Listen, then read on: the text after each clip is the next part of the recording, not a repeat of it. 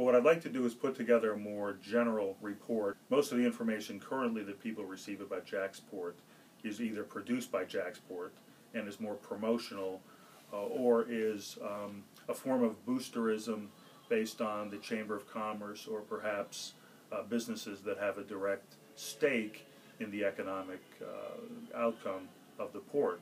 So what we want to do is provide people who live in this community with a more balanced view of looking at the impact on the local economy, impact on jobs, the relationship between the growth of the port and the economic crisis, provide them with that information, and so they can make informed judgments about whether in fact this is the best kind of development strategy, the best way for the community to be using its resources. JaxPort looks to deepen the St. Johns River to accommodate larger post-Panamax ships in its harbor. We all want to improve our area's economy and help those who are currently unemployed. JaxPort claims that the port expansion project will bring jobs and money to Northeast Florida, that the project is necessary to ensure that JaxPort will remain competitive with other ports along the East Coast. You know, in my view, it was all oversold. People in the city were being told that Jacksonville can expect to be the third largest port on the East Coast of the United States, and we're believing it. But the promise of jobs should not cause us to blindly support this project. We all need to remember that the river is a shared resource and belongs to all of us. It is up to us as citizens who live in Jacksonville and along the St. Johns River to decide what is best for our river and for our city in the long run.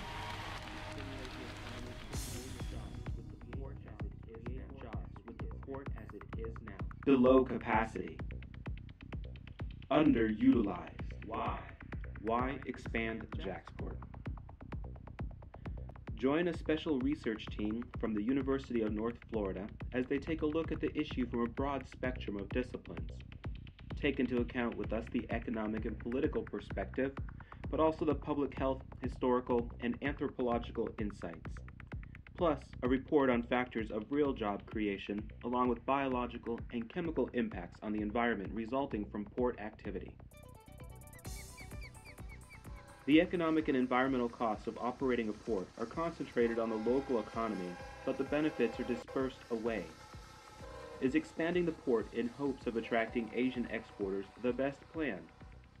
The growth the port offers the region is still possible without digging deeper. Despite spending $1 billion to attract mega-tankers of cargo imports, economic expansion and job creation is possible if our port caters to import partners that don't demand further expansion. Jacksonville's western proximity gives it a cost savings advantage for Atlantic Basin trade routes. Being nearly 500 miles west of New York and Virginia ports cuts fuel expenses and land transport times.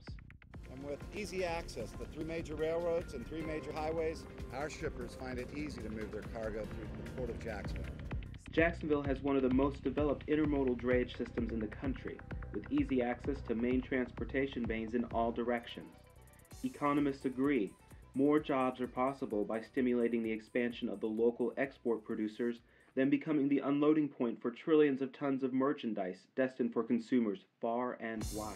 Again, with the port expansion, we're going to see an increase in different occupation populations. Temp workers, independent contractors, warehouse workers, owner-operators, truck drivers, and port workers may possibly have difficulties accessing health care and employee-related benefits because of the independent contractor status, some of the measures associated with deregulation. And what's interesting also about that, it's considered a pretty hazardous work environment to begin with. Consider along with us a plan for economic stimulus through port expansion that doesn't include catastrophic changes to the river's chemistry, the jewel of the city, the St. Johns River. The noise coming.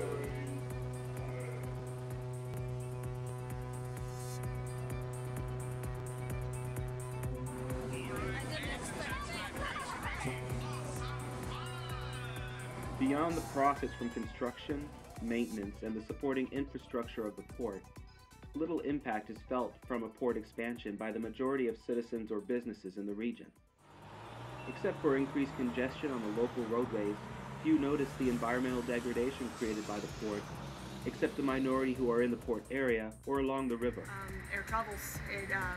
You can't direct it, you can't tell it where to go. It's not going to go out to sea because we want it to. It's going to affect the entire area of Jacksonville, especially when you take into consider the trucks that are going to be driving through the area. They're going to be using 295, they're going to be using 95, I-10, all major roadways that pretty much inundate the city and expanding the production of carbon monoxide, carbon dioxide, nitrogen oxide, sulfur oxides, hydrocarbons, and different particulate matter that has been linked to issues such as deteriorated lung function, allergies, asthma, increased lung cancer of the people that breathe in that air. Both negative and positive impacts will go unnoticed by many. It is important that this issue is brought to their field of view. A port expansion will have significant effects on the chemistry of the river. There is solid historical and cutting-edge scientific evidence supporting this statement. The St. John's has a very fragile homeostasis. Changes in salinity are expected to kill off marsh grasses and cypress trees as far downriver as the Shands Bridge and Green Cove Spring. Compound the effects of dredging with the water shortage issues in central Florida. Experts say it is possible for salinity levels to change as far south as Palatka. This is one impact that shouldn't be taken lightly, especially when economic expansion will continue if the port doesn't expand. There are plenty of examples of potential and existing trade partners to stimulate the economy and create jobs with the port as it is now. Trade from Brazil to Florida and Florida to Brazil is going to really ramp up, and I think that's a beautiful niche for us.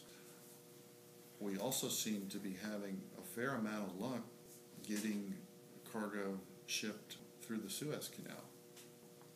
People don't talk about that so much, but I think that might have more potential for us.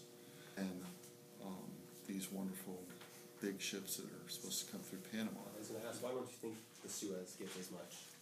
Why don't they get as much airtime and talk? Well, because people are still focused on the Panama Canal very much.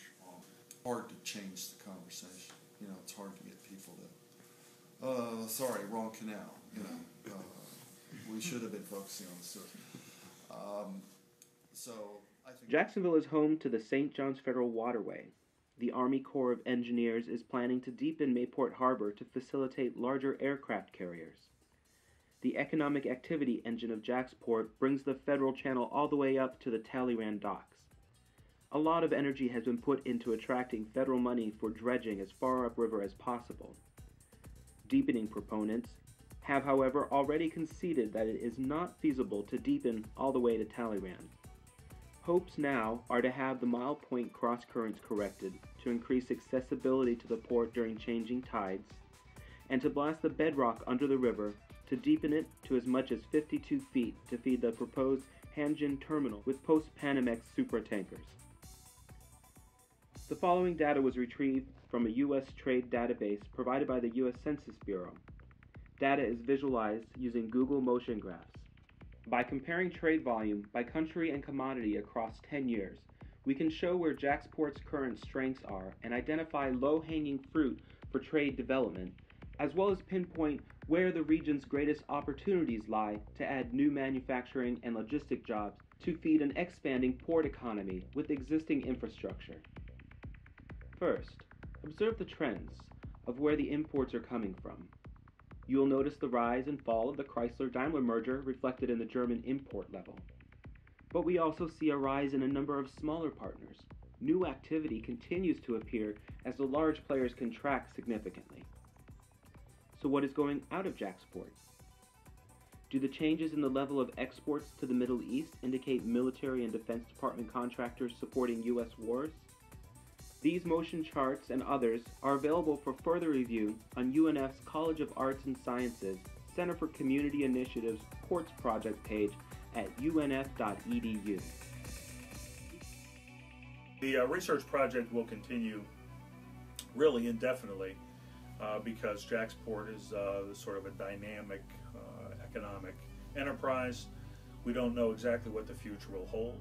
I think the biggest impact of the Ports Project will be to put together information based on sound research about what it means for the community to have a port and for people in the community to be able to have access to this information. So all of these things are really up in the air, and then there's a question of the competition with other ports. What's going to happen at other East Coast ports? Will some of those ports begin to expand more quickly than JaxPort? Will they ultimately win what is regarded as a competition for the East Coast cargo that people are anticipating coming through the Panama Canal? So there really are a lot of questions that continue. So I think the project will just remain in place, and I hope to engage students, maybe not in a single class, but individual students who are interested in studying different aspects of economic development in Jacksonville generally, and the port in particular.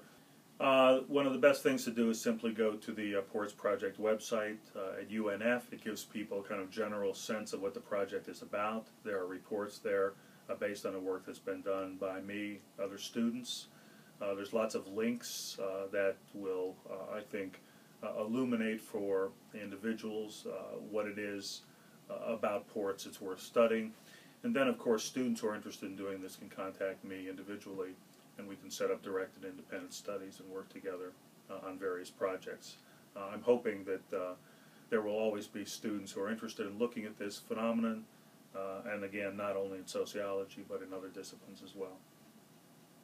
And just one final statement. What's the biggest impact of the Ports Project? I think the biggest impact of the Ports Project will be to put together information based on sound research about what it means for the community to have a port and for people in the community to be able to have access to this information. And it turned out we have students from economics, sociology, anthropology, international studies, chemistry, public health. All of these disciplines have some sort of point of entry in terms of studying the different aspects and implications of the JaxPort expansion phenomenon.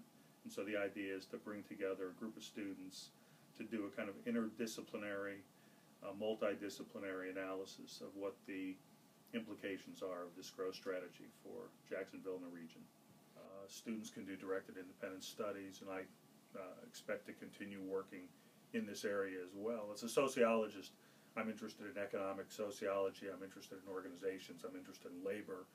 And so ports and port economies, both in Jacksonville and beyond, would be a source of my own research as I move forward.